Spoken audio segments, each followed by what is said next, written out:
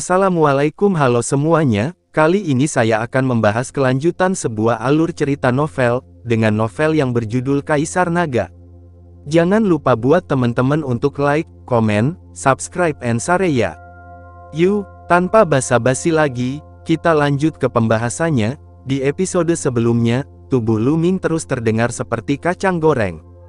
Tulangnya gemetar, ototnya menggeliat, dan darah merembes keluar dari pori-porinya. Dia berada di bawah terlalu banyak tekanan. Telan untukku. Lu Ming sepenuhnya mengendalikan darah, dan melahap kekuatan sobek dengan seluruh kekuatannya. Kekuatan melahap yang menakutkan menyebar ke seluruh tubuhnya, untuk menghindari akhir dari ledakan oleh kekuatan jiwa binatang buas. Namun, setelah serangkaian pertempuran, tubuh Lu Ming masih mengalami trauma parah. Raungan berlanjut, matahari dan bulan saling memantulkan di langit, dan mata semua orang tertuju pada dua orang muda di langit. Tapi dua kepala sekolah Bai Huyuan dan Suzaku Yuan saling berhadapan, dan tidak ada yang bisa ikut campur. Desir, desir. Di langit, pita berkedip terus-menerus, dan sesepuh berjubah perak muncul di udara. Pada awalnya, itu adalah tetua Bai Huyuan berjubah perak, dan segera setelah itu, tetua Suzaku Yuan, King Long Yuan dan Xuan Wu Yuan berjubah perak semuanya muncul di udara. Ada lebih dari 20 penatua berjubah perak dari 4 halaman. Ledakan. Saat ini, matahari dan bulan di langit runtuh, berubah menjadi energi dan menghilang di langit. Bunuh, bunuh. Keduanya meraung serempak, bergegas menuju satu sama lain dengan niat membunuh. Gerombolan pisau dan senjata api, melintasi langit, menghancurkan udara. Sosok keduanya terus membunuh di udara, dan pertempuran itu sangat sengit. Di bawah, Lu Yao menatap kosong ke langit, matanya penuh ketidakpercayaan. Lu Ming, limbah ini yang dulunya lemah dan sakit dan tidak bisa berlatih, telah berkembang ke tahap ini, dia tidak bisa menerimanya, dan dia tidak bisa menerimanya. Itu hanya mengandalkan kekuatan eksternal. Itu tidak bisa dibandingkan dengan kakak Lin. Kakak Lin 100 kali, 1000 kali lebih kuat darinya. Lu Yao terus berkata pada dirinya sendiri di dalam hatinya. Lu Ming, kakak Lu Ming. Pada saat ini, Mulan, Feng Wu, Pang Xi dan yang lainnya semuanya bergegas, dan kemudian lebih banyak orang datang setelah mendapatkan berita tersebut. Misalnya, Zhang Muyun, Duan Gang dan kawan-kawan. Setelah tiba, dia berdiri di samping, menatap langit dengan kaget. Di udara, Lu Ming dan Duan Mulin bertarung ratusan gerakan, tetapi masih sulit untuk menentukan pemenangnya.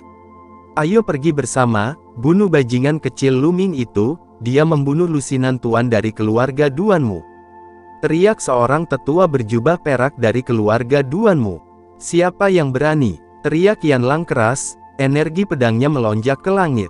Tetua berjubah perak lainnya dari halaman Suzaku juga terengah-engah dan bergegas maju. Yanlan, Lu Ming membantai para tetua dari sekte yang sama.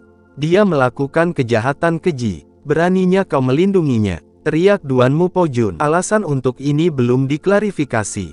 Saya yakin Lu Ming tidak akan melakukan hal seperti itu dengan santai.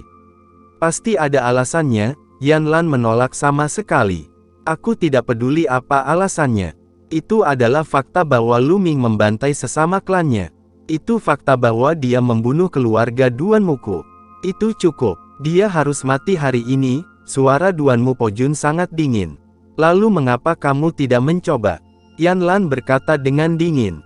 Kedua belah pihak saling berhadapan, dan tampaknya pertempuran sengit akan segera terjadi. Cukup. Pada saat ini, suara samar terdengar dari kedalaman sekte pedang Xuan Yuan, tidak marah tapi sombong. Tuan, Yanlan, Duanmu Po Jun, dan para tetua berjubah perak mengubah ekspresi mereka. Desir, desir, 4 sinar besar menembus kehampaan, dan muncul di langit di atas alun-alun dalam sekejap, dan 4 sosok muncul. Pemimpinnya adalah Lin Suei, kepala sekte pedang Xuan Yuan.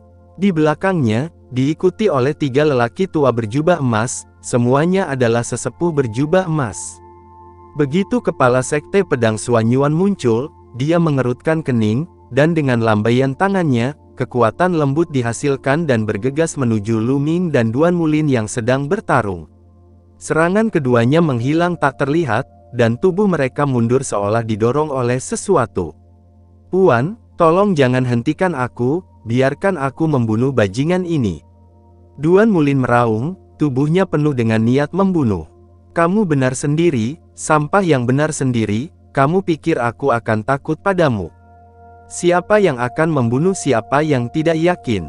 Kamu benar-benar berpikir kamu jenius, di mataku, kamu adalah sampah.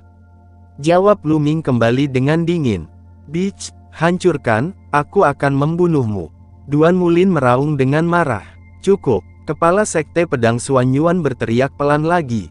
Seteguk ini sepertinya tidak berat, tetapi berdering di telinga Lu Ming dan Duan Mulin, gemetar dan menderu seperti guntur. Wajah keduanya berubah, tetapi mereka tidak berbicara. Puan, Anda datang pada waktu yang tepat. Lu Ming, seekor binatang buas, pertama-tama membunuh lusinan anggota keluarga Duanmu saya, dan kemudian dengan berani membunuh lebih dari selusin Tuan Baihuyuan saya di Baihuyuan, dan bahkan kepala tetua. Orang yang memberontak dan gila seperti itu harus mati, tolong izinkan saya membunuhnya secara pribadi. Duanmu Pojun membungkuk ke kepala.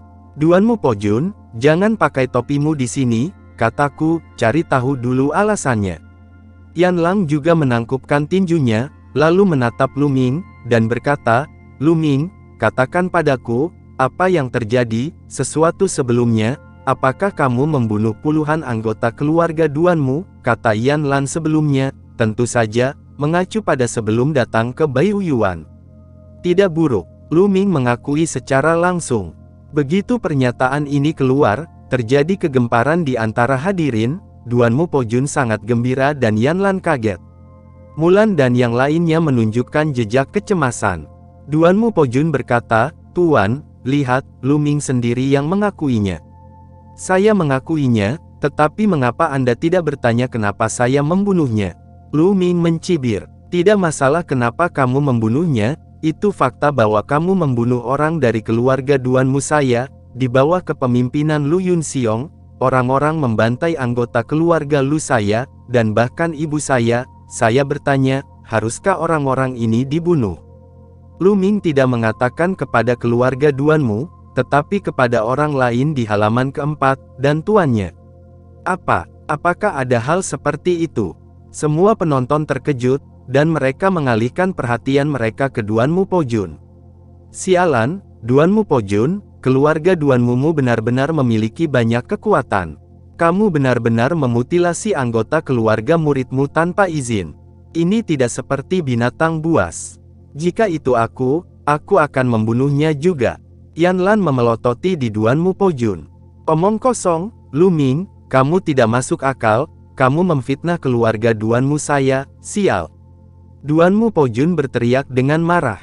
Fitnah, tubuh murid keluarga Duanmu Anda masih terbaring di keluarga Lu saya, apakah Anda ingin pergi dan melihat-lihat? Lu Ming mengejek. Wajah Duanmu Pojun sedikit jelek, dan dia berkata, bahkan jika ada hal seperti itu, mungkin mereka mempercayai rumor tersebut dan disihir. Jika Anda mengetahui situasinya, Anda harus kembali ke sekte untuk melaporkan itu. Sekte secara alami akan menyelidiki, tetapi dia melakukannya secara pribadi dan membunuh mereka, dan hatinya dapat dihukum. Hahaha, menanyakan ini, Lu Ming tertawa keras, dan kemudian berkata, Duanmu Pojun, maksudmu biarkan saya mengabaikan keluarga saya dulu. Hidup dan mati, biarkan orang-orang dari keluarga Duanmu Anda membunuh keluarga Lu saya dan ibu saya, dan saya akan kembali dan melapor dulu, lalu membuat keputusan. Apakah kepala Anda ditendang oleh keledai, atau apakah IQ-mu serendah itu? Suara menghina Lu Ming menyebar ke seluruh penonton seperti badai. Penonton tersentak, beraninya Lu Ming memarahi Duanmu Pojun, katanya kepala Duanmu Pojun diinjak keledai. Apakah kamu terlalu berani, apa yang kamu katakan? Duanmu gemetar karena marah, dan wajahnya yang tua memerah.